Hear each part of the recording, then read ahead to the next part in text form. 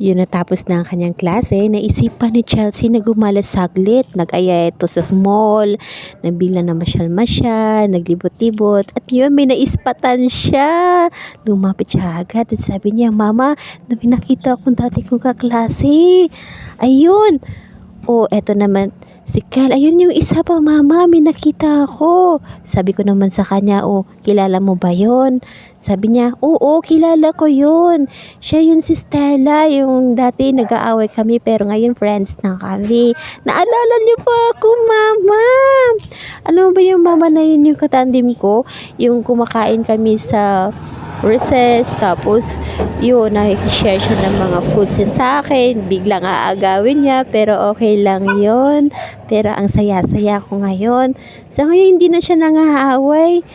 Tapos friends na daw kami, ayun, o sabi niya, ganito pa rin yung uniform ko, sa kanya black daw, pero yung kay Kyle, green katulad kami. Tapos biglang nag-aaya siya sa akin. Eto naman si Kyle, nagkumuha agad ng dino.